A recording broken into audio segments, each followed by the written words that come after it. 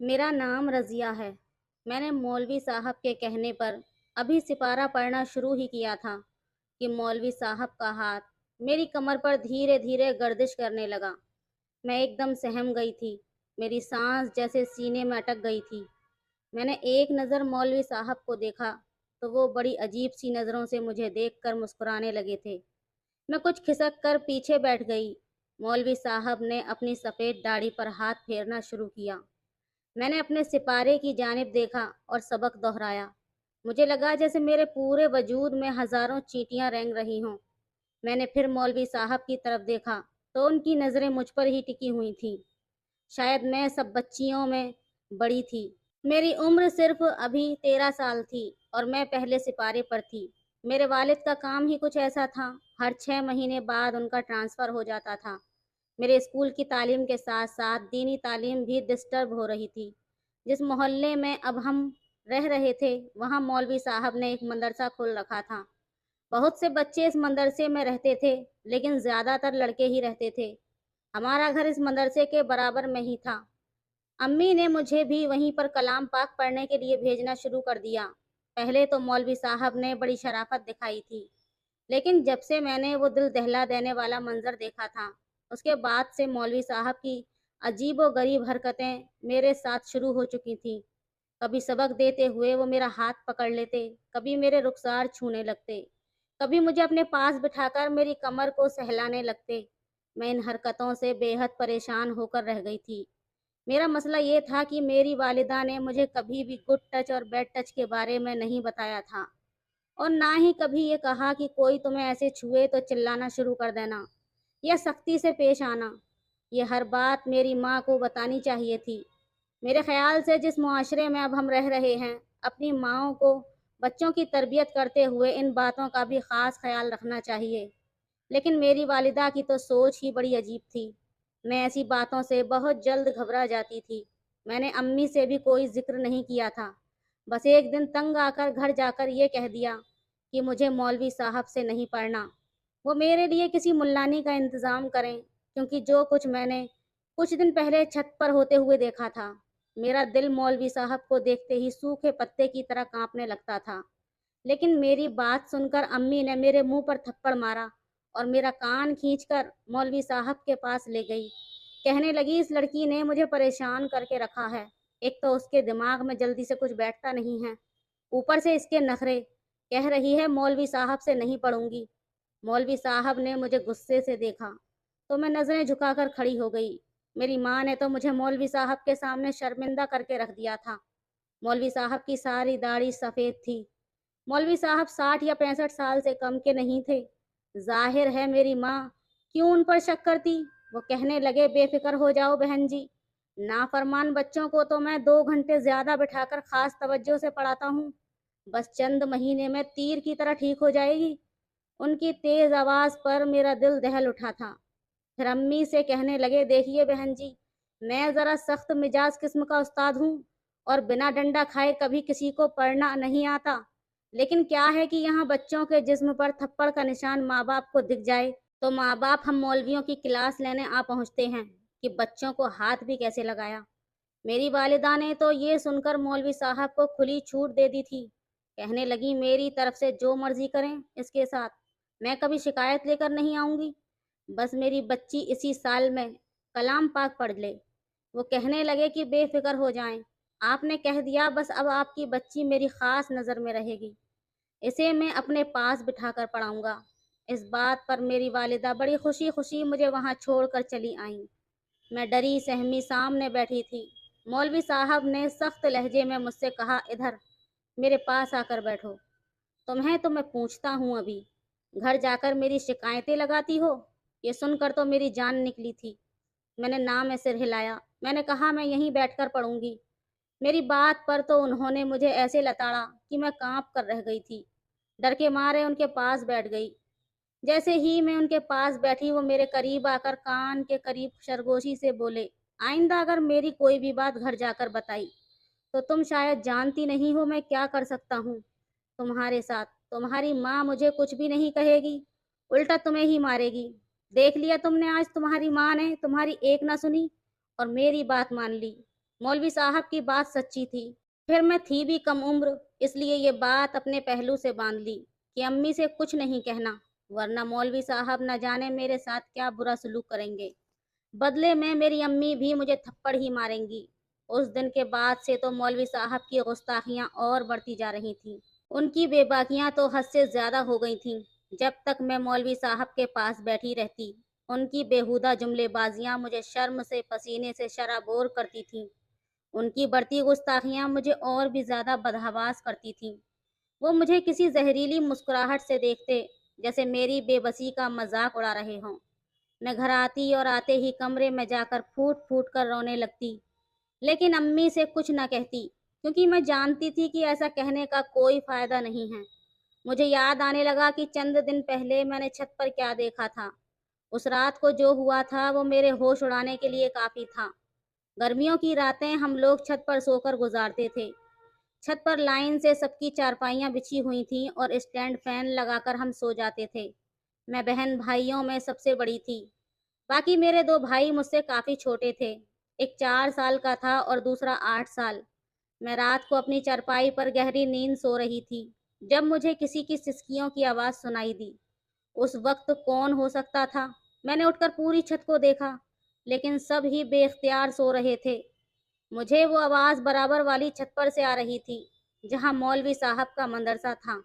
छत पर बस एक ही कमरा था, जिसकी खिड़की खुली हुई थी और एक मध्यम सी रोशनी उस कमरे में जल रही थी। सिसकने की आवाज़ भी उसी कमरे से आ रही थी। मेरा दिल धक से रह गया। भला इस वक्त छत के कमरे में कौन यूं दबी दबी सिसकियों से रो रहा था, क्योंकि मदरसे के रिहायशी कमरे तो नीचे के पोर्शन में बने हुए थे। छत पर तो कोई भी नहीं जाता था। मुझे तो यही गुमान हुआ कि शायद किसी भूत प्रेत का चक्कर ना हो। इसी सोच ने मुझे कांपने पर मजबूर कर दिया था। मेरी अम्मी की चरपाई मेरे बिल्कुल बराबर में थी। मैंने अम्मी का हाथ जोर से पकड़ लिया और आयतल कुर्सी को पढ़ना शुरू कर दिया, लेकिन वो सिसकियों की आवाज़ मुझे मुसलसल आ रही थी। मैंने ज़ोर से अपनी आंखें भींच ली और सोने की कोशिश करने लगी। अगले रोज़ जब मैं मदरसे में गई तो मौलवी साहब बादाम मिला दूध नोश फरमा रहे थे। कहने लगे, रात भर वजीफा करता रहा हूँ, बहुत कमज़ोरी महसूस हो रही है। एक तो ये जिन्नात के बच्चे भी बेहद परेशान करते हैं। इस वक्त बहुत सी औरतें अपने बच्चों को नाजरे के लिए छोड़ने आई थीं। मौलाना की बात सुनकर बड़ी मुतासिर नजर आ रही थी।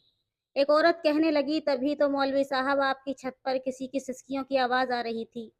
ये सुनकर मैं भी चौंकी थी। इसका मतलब वो आवाज़ सिर्फ मुझे ही नहीं आई थी। मौलवी साहब कहने लगे, जन्नात के बच्चे की थी। मैंने वजीफा शुरू किया कि मुझे तंग करने पहुंच गए। मैंने उन्हें बांध दिया, बस फिर क्या, उनकी सिसकियों ने मेरे साथ साथ आप लोगों को भी परेशान कर दिया।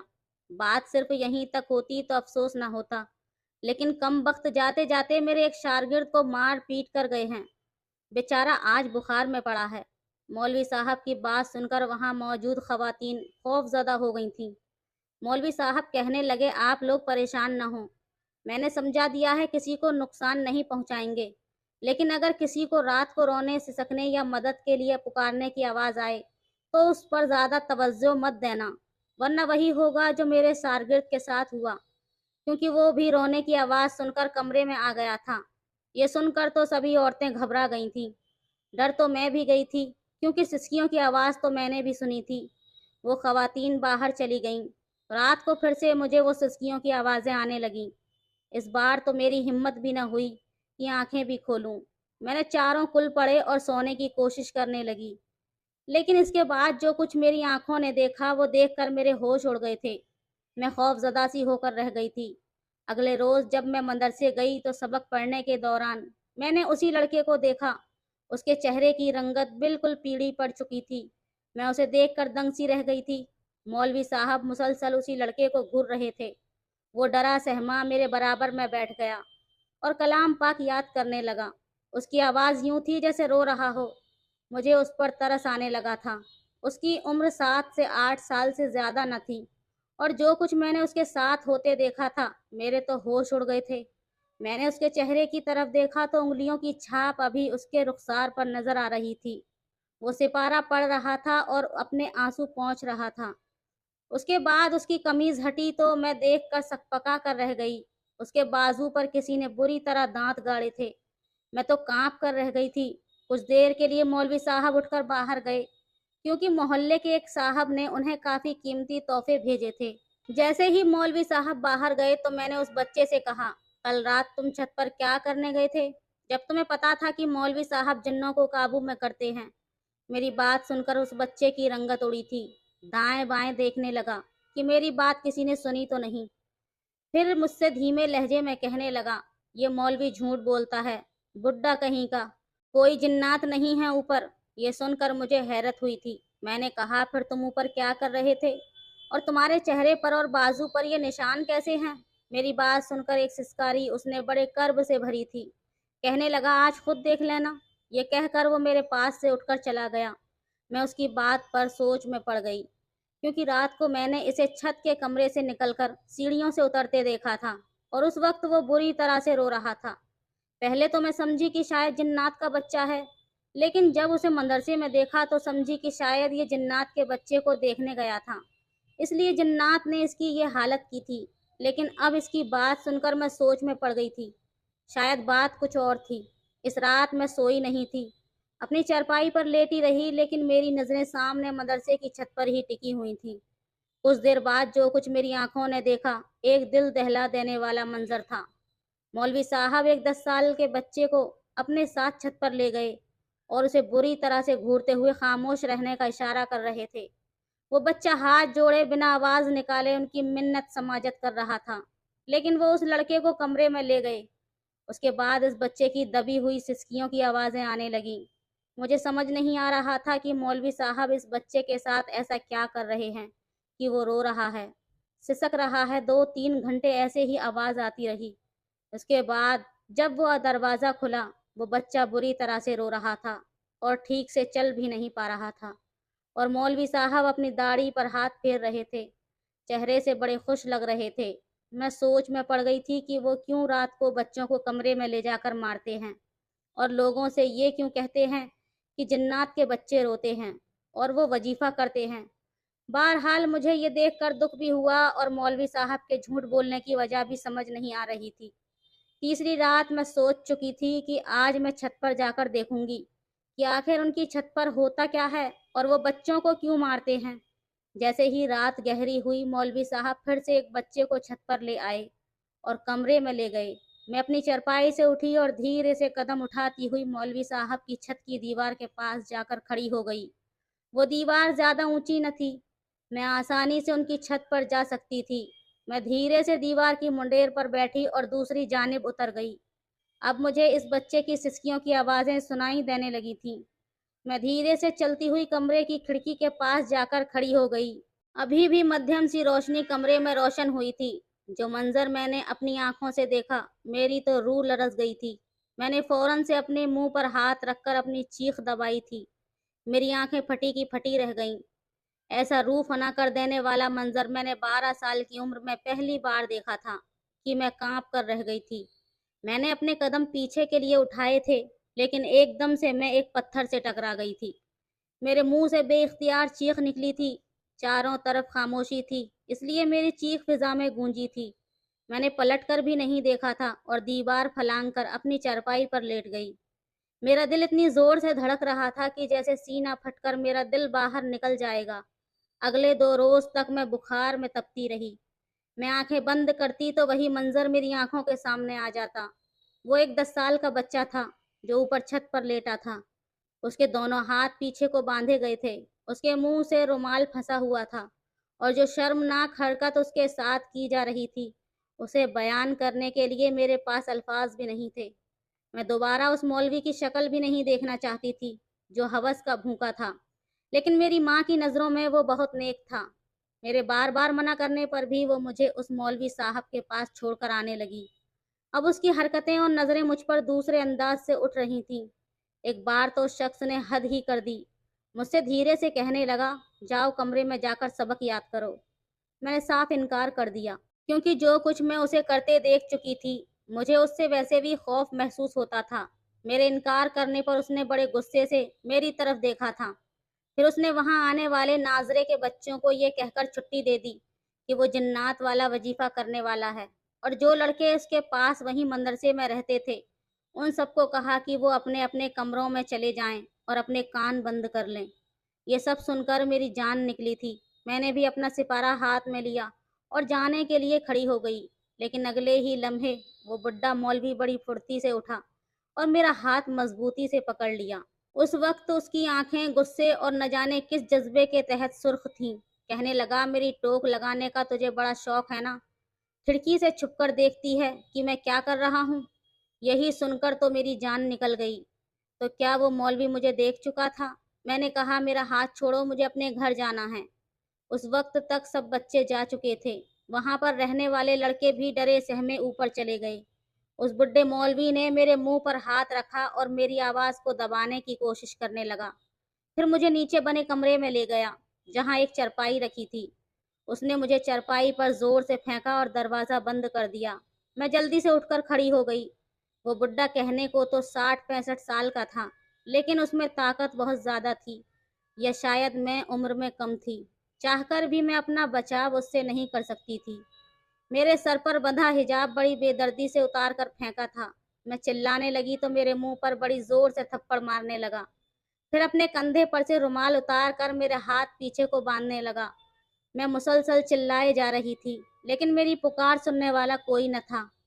दिन के वक्त में भी मेरी चीख पुकार पर मेरी मदद को कोई न पहुंचा।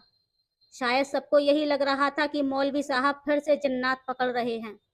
इस शख्स ने मेरे मुंह से भी रुमाल ठूंस दिया। मेरी आंखों से आंसू बहने लगे। मैं एक 60-65 साल के मौलवी की हवस का निशाना बन चुकी थी। मौत से पहले मर जाना किसे कहते हैं, ये शायद उस वक्त मुझसे बेहतर कोई नहीं जानता होगा। मुझे लगा अब मैं जिंदा नहीं बचूंगी, और काश कि मैं जिंदा ना बचती, सच में मर जाती। मैं बेहोशी की हालत में एक चरपाई पर पड़ी थी और वो शख्स मुझे धमका रहा था कि मैं अपनी जुबान ना खोलूं। मैं यूं थी कि बेजान वजूद। वो शख्स कमरे से जा चुका था और मुझे अपने आप से नफरत महसूस हो रही थी। मेरे हाथ आजाद थे, लेकिन मुझे लग रहा था कि अभी भी बंधे हुए हैं। मुझ में इतनी ताकत नहीं थी कि हिल भी सकूं। मेरी आंखों से आंसू टूट टूट कर निकल रहे थे। मैं वहीं बेहोश हो गई। जब होश आया तो मेरी माँ मेरे पास बैठी रो रही थी और वो खबीस बुड्ढा भी वहीं खड़ा था। कहने लगा, आप अपनी बेटी का ख्याल रखा करो बहन। रात को छत से छलांग कर जन्नातों को मार खाता देखेगी तो यही हाल होगा। मैंने तो बहुत चाहा कि वो इसे नुकसान ना पहुंचाएं, लेकिन मुझे भी उन्होंने धक्का देकर बेहोश कर दिया। जब मुझे होश आया तो जन्नात उसके साथ ये सब कुछ करके जा चुके थे। मेरा जी चाहा मैं उस शख्स का मुंह नोच लूं। मेरी माँ मुझे सहारा देकर घर ले गई। मेरे वालिद का ट्रांसफर कहीं और हो गया। हम एक दूसरे शहर चले गए। मैं बिल्कुल गुमसुम सी हो चुकी थी। मेरी माँ मुझसे बात भी करती तो मैं जवाब नहीं देती थी। मगर 1 महीने बाद मेरी तबीयत बिगड़ने लगी। मेरी माँ जब मुझे डॉक्टर के पास लेकर गई तो पता चला कि मैं प्रेग्नेंट हूँ। मेरी माँ तो वहां दहाड़े मार मार कर रोने लगी। कहने लगी, ये सब कैसे हो गया? मैंने नफरत से अपनी माँ की तरफ देखा। मैंने कहा, आपको मुझ पर जरा भी एतबार नहीं था अम्मी, उस खबीस मौलवी पर था। आप उसकी बात को सच्चा और मेरी बात को झूठा समझती थी। उस दिन मुझे जिन्नात ने नहीं, उस बुड्ढे ने अपनी हवस का निशाना बनाया था, लेकिन आपको कुछ भी नजर नहीं आया। अरे माँ तो अपनी बेटी की आंखों से ही पढ़ लेती है, जान जाती है कि बेटी को क्या चीज परेशान कर रही है। आपने तो उस मौलवी की बात को सच समझा। मेरी माँ की आंखें उस वक्त खुली जब मैं मुकम्मल बर्बाद हो चुकी थी। मैं जिस कदर कम उम्र थी, मेरा अबॉर्शन करवाना नामुमकिन था। मेरी जान भी जा सकती थी। मेरी माँ ने पूरे 9 महीने का अरसा मुझे घर के बाहर नहीं निकलने दिया, लेकिन मैं बेहद कमजोर हो चुकी थी, इसलिए एक मुर्दा बच्चे को जन्म दिया। मेरी माँ ने उसे इसी शहर में दफना दिया था। जिस कच्चे घर में हम रहते थे, मेरी बाप को मेरी माँ ने हवा भी न लगने दी। कुछ वो काम के सिलसिले में घर पर ही कम रहते थे। मैंने दोबारा से तालीम का सिलसिला शुरू कर दिया। जब मैंने पुलिस की जॉब की ख्वाहिश जाहिर की, मेरी माँ ने साफ इनकार किया, लेकिन मेरी भी जिद थी कि मैं पुलिस की ही जॉब करूंगी। अब्बू ने कुछ नहीं कहा। मैंने भी जी जान लगा दी। पुलिस की ड्यूटी ज्वाइन की। अपनी मेहनत और ईमानदारी से मैं बहुत जल्द अपने सीनियर्स की नज़र में अपना मकाम बना चुकी थी। लेकिन जब भी मेरे पास एक ऐसे मौलवी का केस आता जो कुरान पाक की तालीम के बहाने बच्चे बच्चियों के साथ गलत काम करता था, मैं उसका रिमांड खुद लेती थी। उसे मारते वक्त मेरे सामने उसी बुड्ढे का चेहरा नजर आता था। फिर तो मेरा डंडा एक लम्हे के लिए भी नहीं रुकता था। ایک بار ایک لڑکی کے ساتھ ایک مولانا نے زیادتی کی جس کی وجہ سے وہ پریگننٹ ہو چکی تھی۔ میں نے اس مولوی کو اچھی طرح سے دھن کر رکھ دیا تھا۔ اس بچی کی ماں بہت رو رہی تھی۔ میں اسے تسلی دینے لگی کہ جب اس لڑکی کا دادا روتا ہوا وہاں پہنچا۔ 80 سال کے بڈھے کو دیکھ کر میرے ہوش اڑے تھے۔ 15 سال بعد میں اسے دیکھ رہی تھی۔ اس 80 سال کے بڈھے کو دیکھ کر میری اذیت جیسے پھر سے نئی ہو گئی تھی۔ وہ وہی بڈھا شخص تھا جس نے مجھے برباد کیا تھا اور آج مجھ سے اپنی پوتی کے ساتھ ہوئی زیادتی کے لیے ہاتھ جوڑ کر منت سماجت کر رہا تھا۔ میں نے کہا کہ آپ کو پورا یقین ہے کہ اس مولوی نے ہی آپ کی پوتی کو برباد کیا ہے؟ ہو سکتا ہے کسی جنات نے اسے ہوس کا نشانہ بنایا ہو۔ میری بات سن کر وہ چونک کر مجھے دیکھنے لگا۔ میں نے کہا مولانا صاحب، جو بویا ہے وہ کاٹنا تو پڑتا ہے۔ ہو سکتا ہے آپ کی پوتی کو برباد کرنے والا بھی آپ کا کوئی شاگرد ہو جسے آپ چھت پر لے کر جاتے تھے۔ میری بات سن کر وہ اپنے دل کو پکڑ کر وہیں کرسی پر بیٹھ گیا۔ میری آنکھوں میں آج بھی اس شخص کے لیے صرف نفرت تھی۔ آپ سبھی پیرنٹس سے یہی گزارش ہے کہ آپ اپنے بچوں کو جب بھی تعلیم کے لیے بھیجیں تو ان کو گڈ ٹچ اور بیڈ ٹچ کے بارے میں ضرور بتائیں اور اپنی رائے کمنٹ میں ضرور دیں۔ تو دوستو، یہ تھی آج کی کہانی آپ کو کیسی لگی کمنٹ میں ضرور بتائیں۔ ویڈیو اچھی لگے تو لائک کریں، شیئر کریں، سبسکرائب کریں۔ دھنیہ واد۔